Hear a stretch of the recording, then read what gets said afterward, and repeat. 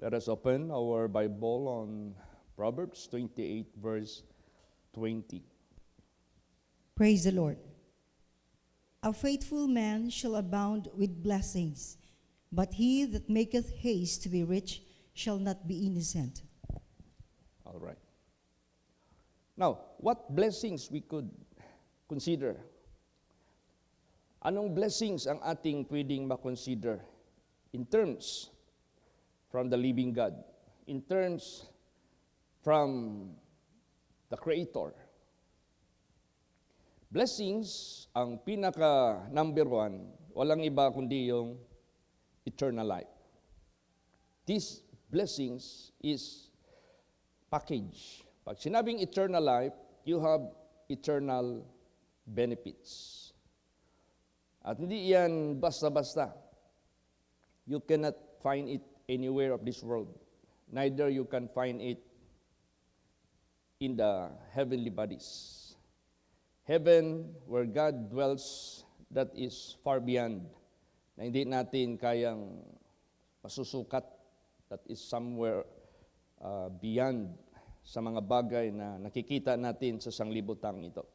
Kaya yung blessings na yan, i-consider natin, this is eternal blessings from eternal God. Yan ang unahin nating i-project sa ating isip. Yan ang unahin nating i-consider sa ating isip. Pag sinabing blessings, eternal benefits from eternal God. Now, saan niya ito ibibigay? Sinabi dito, a faithful man shall abound with blessings. So we are talking here, man. We are talking here, human beings. Tayo dito, nag-discuss tayo sa Word of God ngayon about us, about people, about human. Now, if you are faithful upon God, faithful ka sa Diyos, mag-abound ka with blessings. Blessings, eternal blessings, and temporal blessings. Ito namang isa dito, warning sa atin. But he that maketh haste to be rich shall not be innocent. So meron tayong pagpipilian. Meron tayong i-select kung saan dito yung ating pipiliin. Ating takbo ng ating mindset. Kaya nga, sabi nga ng Diyos, I will set before you two things. Life and death. Curse and blessings. So ito naman din, two things. Blessings and you will not be innocent. Pag sinabing you will not be innocent, you are guilty. Pag sinabing you are not innocent, you are be penalized. Mapinalize ka. Mapapahama ka. The wages of sin is death. Kaya, piliin natin na maging faithful sa Diyos. Praise the Lord. Piliin natin maging faithful sa Diyos. Tingnan mo yung mga faithful angels of God doon sa langit. They rejoice. They enjoy until now, forever and ever. They remain in their state or status as angels of God, ministers of God, and andun sila, nanatili sila sa presensya ng Diyos. Na-enjoy nila ang lahat ng mga privileges doon sa Creator. Pero ito namang isa, he that maketh haste to be rich shall not be innocent. Sino naman ito? Si Lucifer. Nagmamadaling yumaman. Nagmamadaling masakop ang jurisdiction ng Diyos. Nagmamadali siya. Nagmamadali siyang i-dethrone ang Diyos. Nagmamadali siyang i-reach ang highest position of supreme. Nagmamadali siya. So, dahil nagmamadali siya, gumawa siya ng strategy, nangampanya siya sa mga kapwa angels niya, kinonbinsi to fight against their God, their Creator. Nagmamadali nga eh. Hindi makahintay. When in fact, Lucifer, one of the brightest and perfect archangel of God, meron na siyang katangian na extraordinary na ginawa ng Diyos sa kanya. And dahil sa kanyang yung pride niya, di na siya nagkontento. Gusto pa niyang abutin ang kinalagyan ng Diyos. Gusto pa niyang i-recognize that He is God. Gusto pa niyang ilagay ang kanyang sarili sitting on the throne which is called God. Ambisyoso siya. Hindi na siya kontento. So, tingnan natin yung mga aspeto ng dahilan bakit itong archangel na ito, bakit siya hindi naging innocent. Dahil nagmamadali siya. Kamtin ang matataas na bagay hanggang nalapastanganan niya ang kanyang Creator.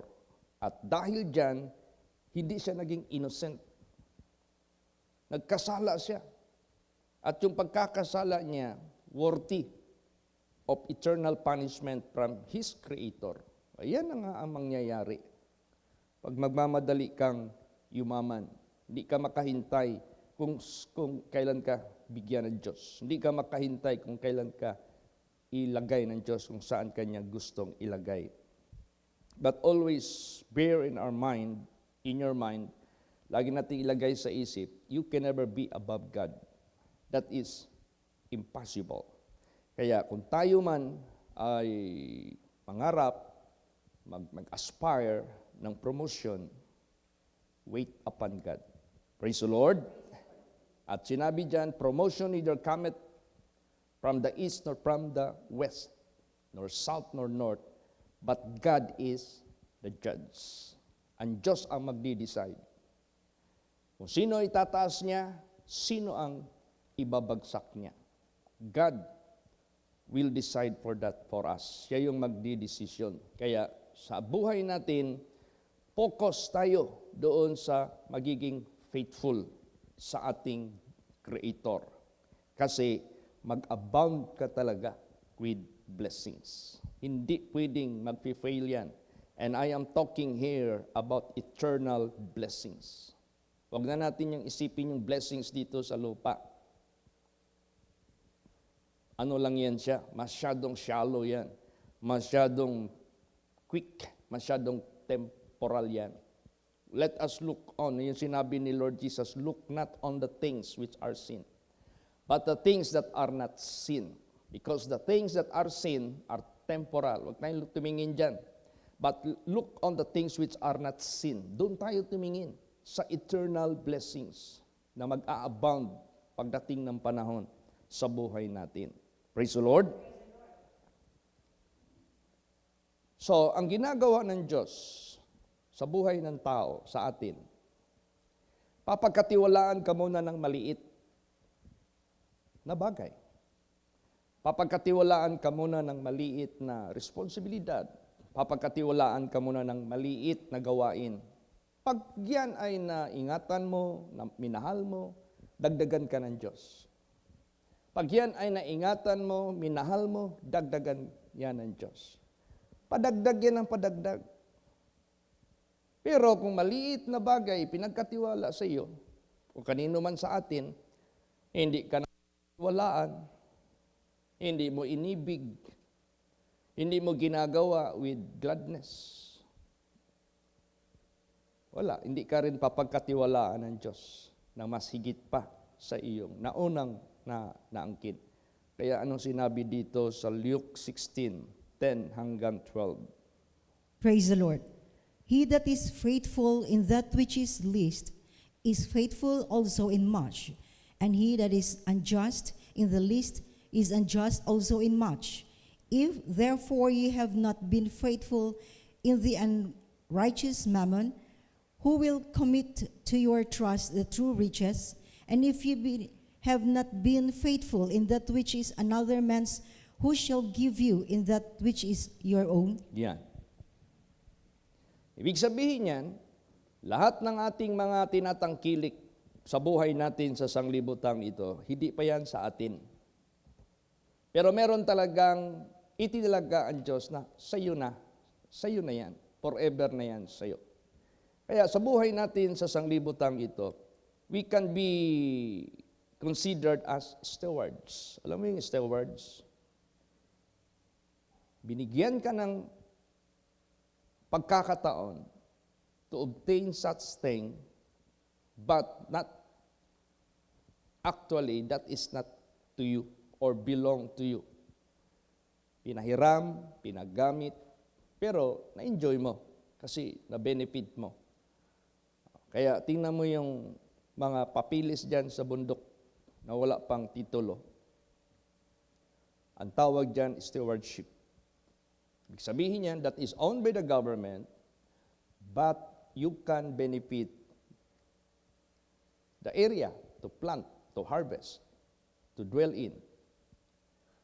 Pag yan ay napangalagaan mo, time will come, matituluhan yan. Pag nahinog na ang panahon. Tulad ng Davao City, huwag mong sabihin Davao City started from municipality. No. Davao City started from stewardship. Noong unang panahon. After that, naging sityo. After that, naging munisipyo. After that, naging city. After that, naging metro.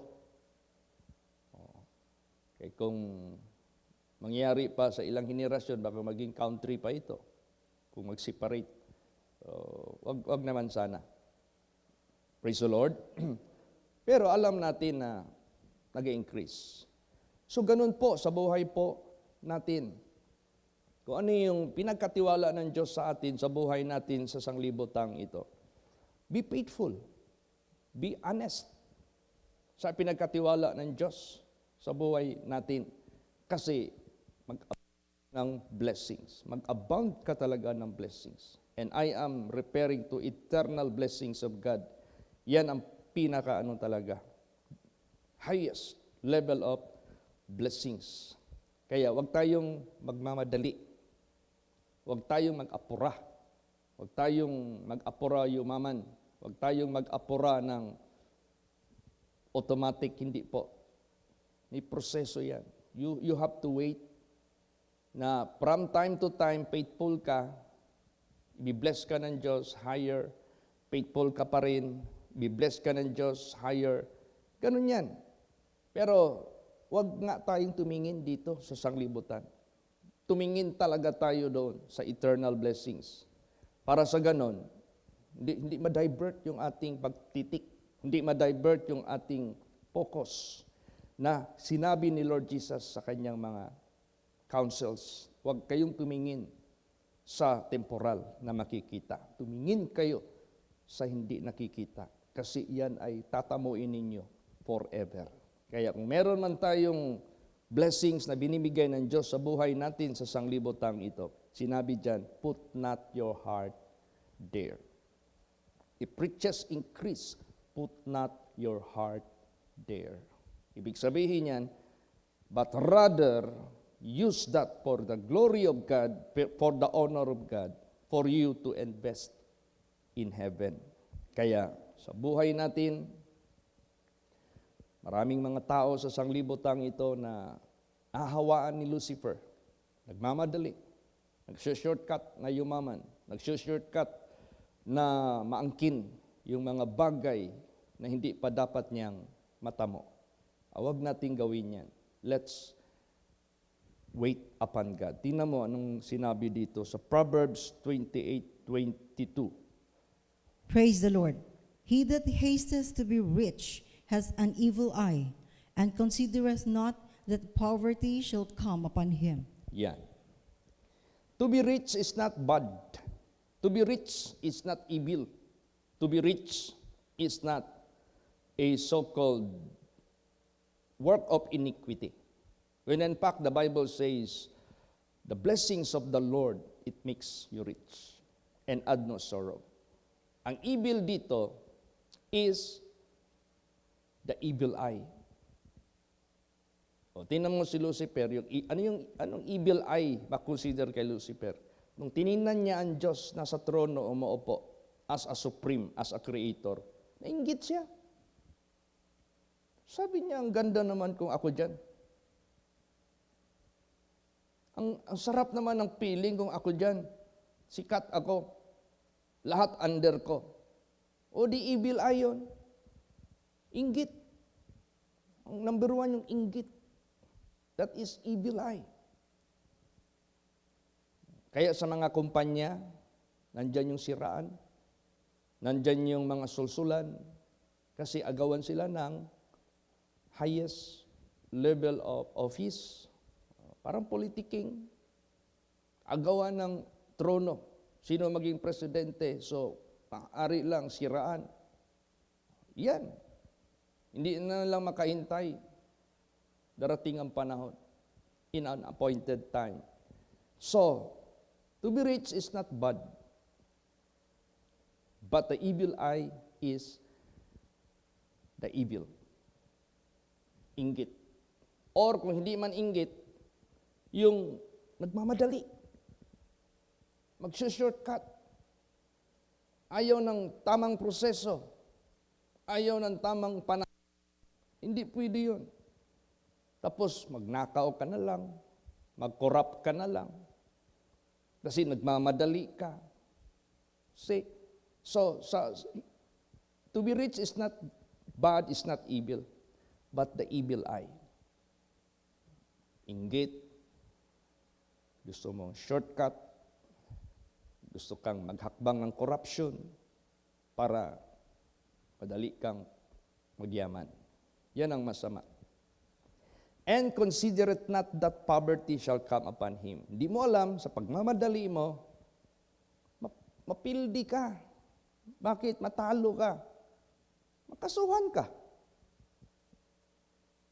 Makasuhan ka talaga. Or hindi ka maging innocent. Magkakasala ka. So kung magkakasala ka, you will be penalized. Tingnan mo yung kapitbahay dyan sa Matina. Kasi yung kanyang buhay involved sa addiction ba? Drugs. Hindi ko na lang i-mention kung sino ito. Kapitbahay namin yan sa Matina. Kilala yan ni Sister Nining.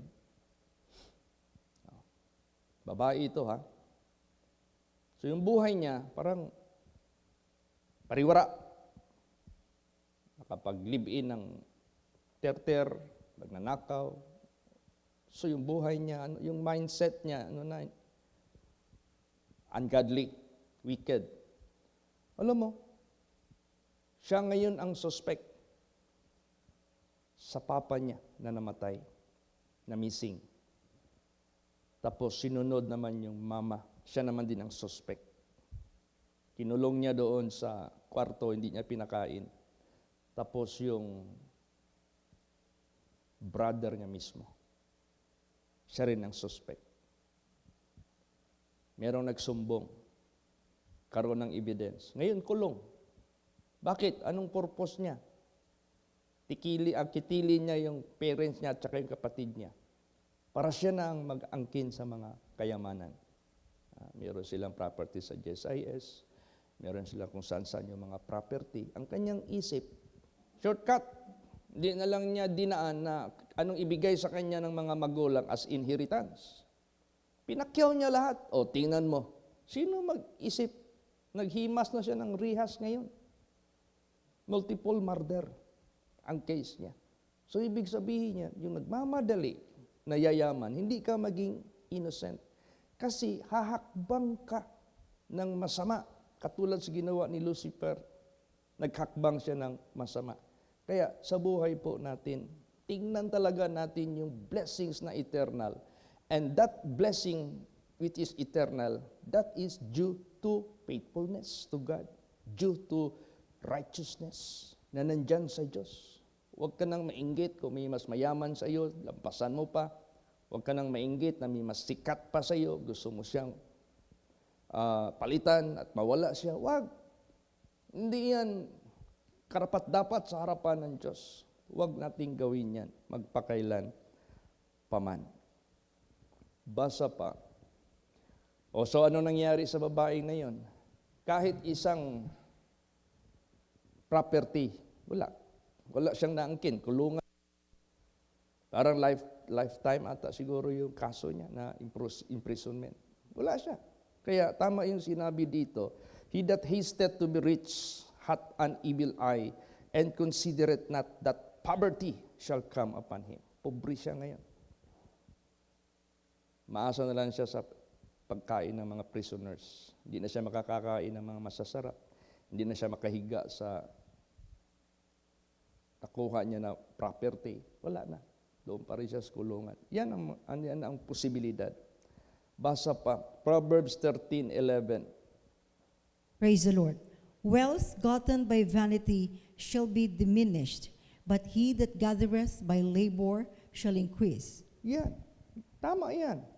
Wealth gotten by vanity shall be diminished. Ano yung gotten by vanity? Pagnanakaw, pang-aapi, corruption. Gotten by vanity yun. Lahat-lahat na ng mga pagpayaman mo na gotten by vanity, corruption, pagnanakaw, untimely, di ka makahintay, yung bagay na para sa iba, ikunin mo. So, pagnanakaw pa rin yun. But he that gathereth by labor shall increase. Labor meaning to say, pinatuluan mo ng pawis. Labor meaning to say, para kang prutas na hanggang huminog ka, dumating ang panahon na talagang okay ka. Ganun. Nagsimula ka from the start. Nagtiis ka, nakaintay ka, until you reach that level by labor. Praise the Lord. By labor, by faithfulness, by good steward, being good steward. Lahat-lahat na yan ng mga pagsisikap na worthy ka, deserving ka to increase. Alam mo, nababahala ako ito sa kaligayan ng mundo. Itong Amerika, parang sumusubra na. Gusto nila maging super powerful sa buong mundo. Kaya tingnan mo yung Amerika, anong galawan nila. Pag gusto nilang, interested sila sa bansa na maka-avail sila ng advantage. Yung leader, kunin nila, i-charge, kidnapin nila yan, kasuhan nila. Tulad niyang Venezuela. Kaya pala, interested sila dyan. Yan pala ang pinakamalaking mideposito ng fuel sa buong mundo. Sila. O di ba?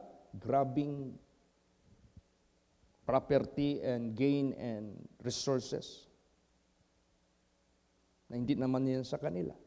Kinidnap nila yung kinasuhan nila yung presidente.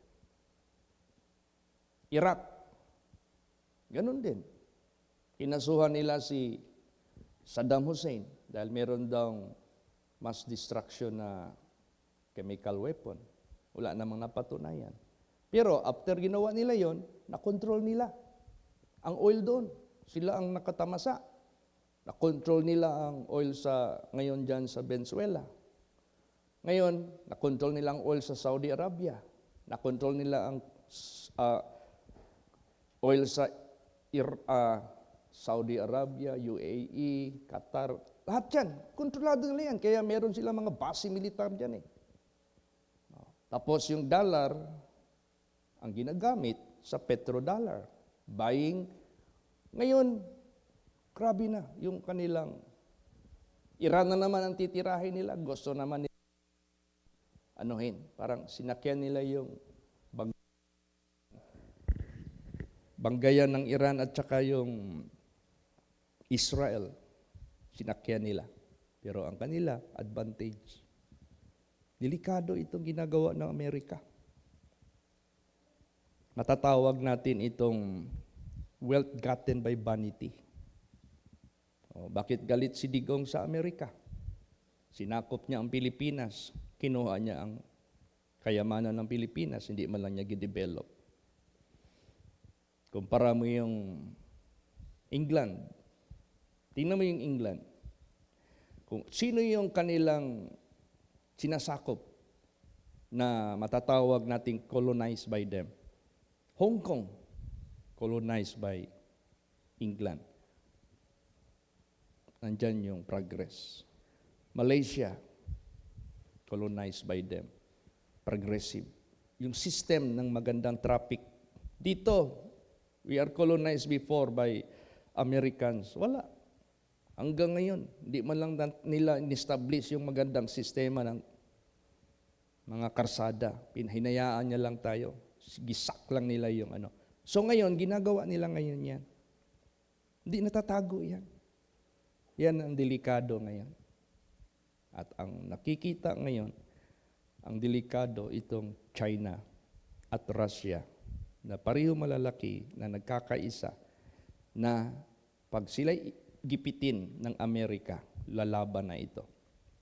Kasi meron na silang kakayahang lumaban sa super powerful sa mundong ito na Amerika. Kaya, mahirap yung gano'n. Gusto mo nang kunin lahat ang benepisyo ng mundo for your own gain na hindi pa naman dapat. Tapos, ang mga leaders, pagkukunin mo, nandyan yung sanction gagawin mo, ipapanish mo yung mga mga bansa. Sige, pag hindi ka abide sa akin, sanction. Anong sanction? Walang produkto na magpunta dyan. Yung produkto nyo, hindi namin yan i-patronage. Ganun. Ito ngayon nangyayari ngayon. Delikado yan. Baka ito na yung maging fall ng Amerika pag hindi sila nakinig sa konsensya nila. Basa pa, Proverbs 20:21. Praise the Lord. An inheritance may be gotten hastily at the beginning, but the end thereof shall not be blessed. Yes.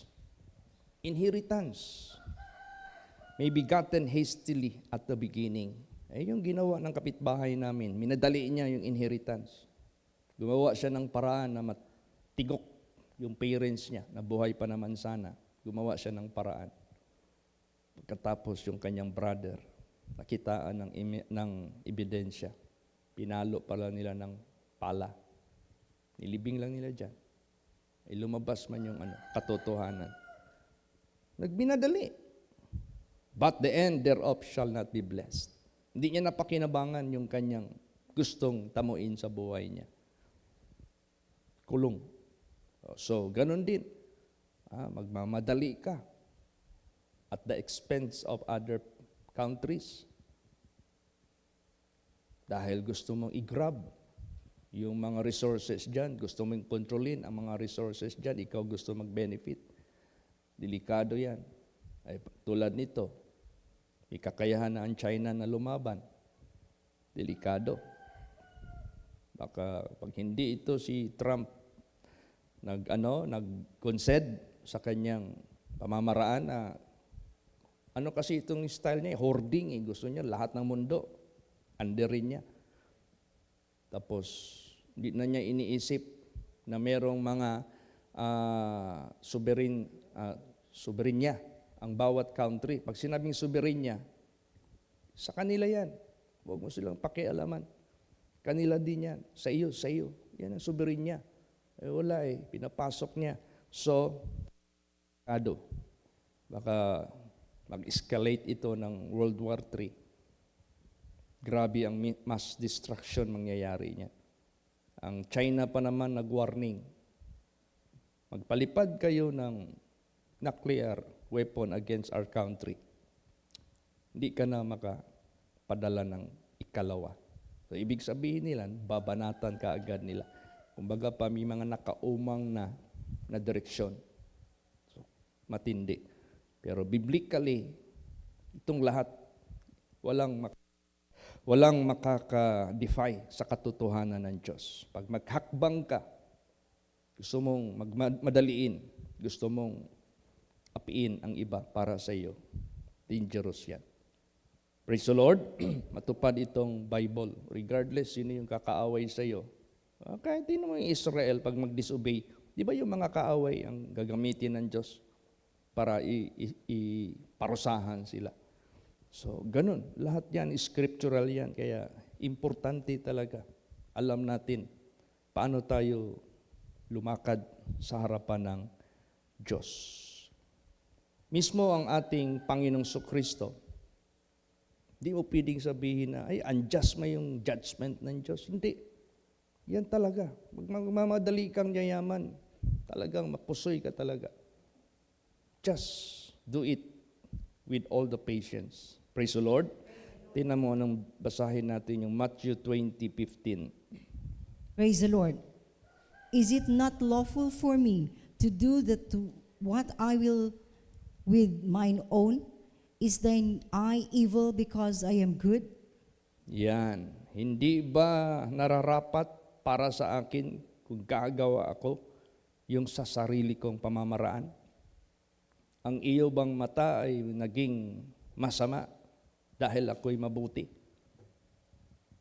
So, ibig sabihin yan, basta you are having your own business, basta sa'yo yan, ikaw ang may control niyan, that is yours. So, walang pwedeng makialam sa'yo anong gagawin mo.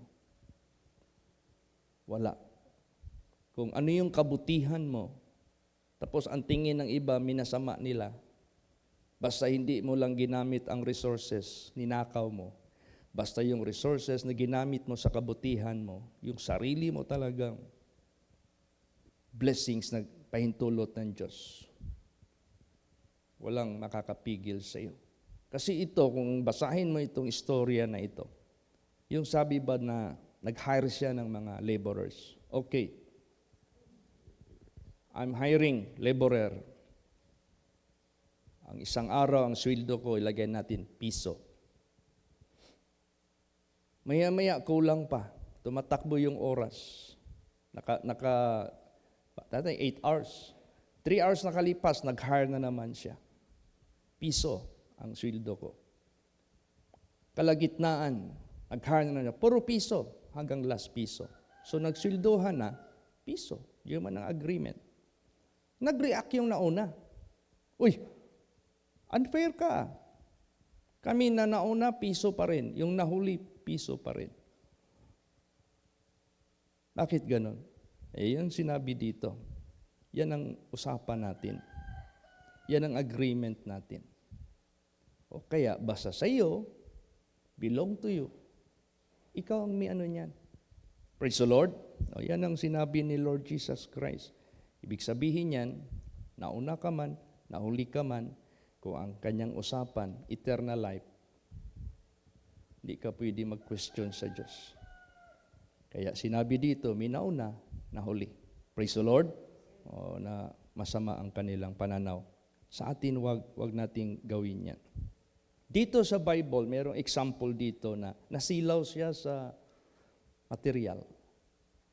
Alam niyo si Lot at saka si Abraham, na habang rumami yung kanilang mga servants, nagkaroon ng awayan, servants against servants. Servants ni Abraham, servants ni Lot. Dahil rumami na, itong mahirap na pag rumami ba? Ang hirap ng kontrolin.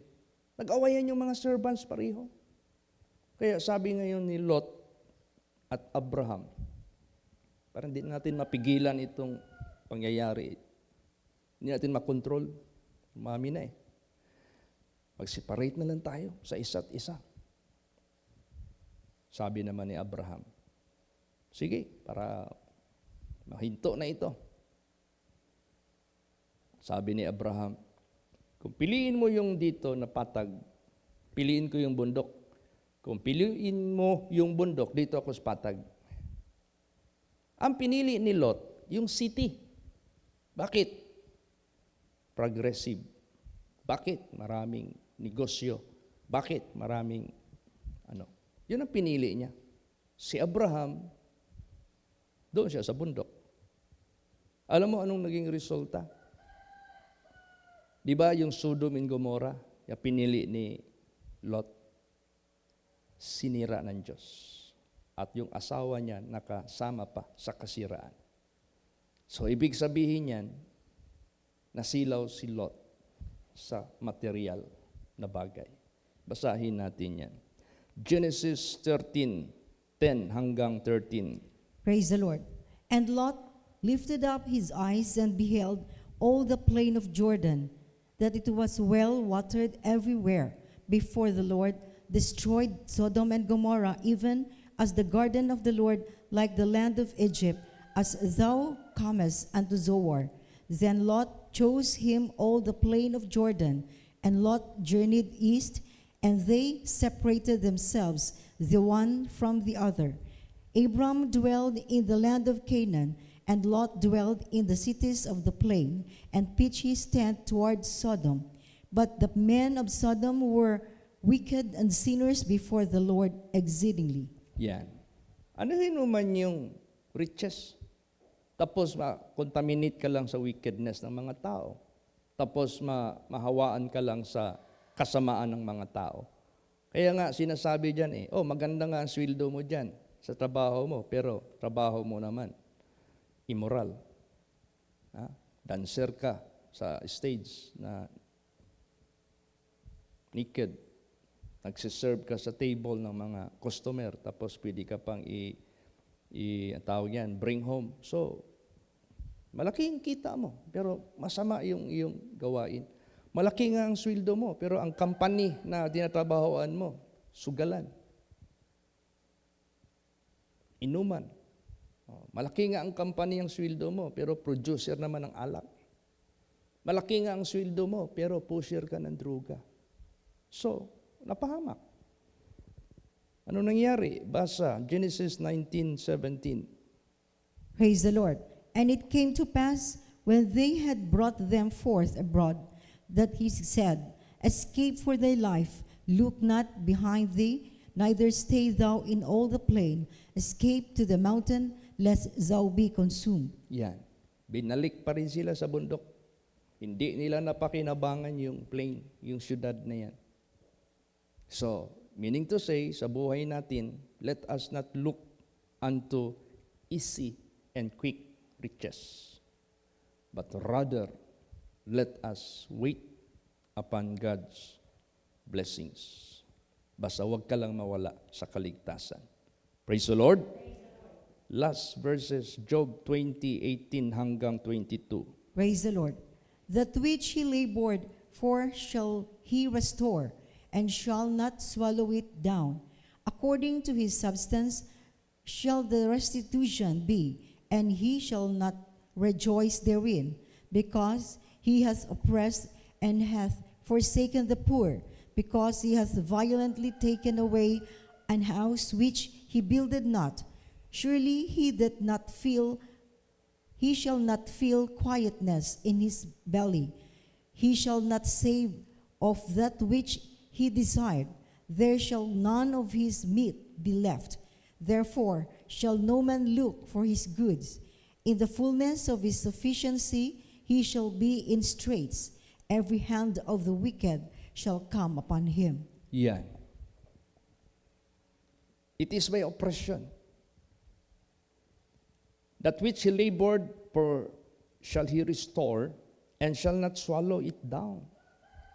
According to his substance shall the restitution be, and he shall not rejoice therein. Hindi niya pakinabangan, because he hath oppressed and hath forsaken the poor, because he hath violently taken away a house which he builded not. See, nang-aagaw siya. Yan, parang yan ang nakikita ko sa Amerika ngayon. Kawawa naman yung mga bansa na kanilang pinakialaman, pinasok. Para silang pulis ng buong mundo na hindi naman nila sakop. May panahon din talaga. Kaya kailangan mawarningan itong Amerika na ito. Sumusubra na yung kanilang pananakop. Kaya, tinan mo si Digong, alam niyang history. Hate niya masyado ang ginagawa ng Amerika. He understood their behavior. Kaya, biblical yan. Huwag nating gayahin yan. Praise the Lord. Huwag nating pasukin yung kanyang mga pamamaraan. Surely he shall not feel quietness in his belly.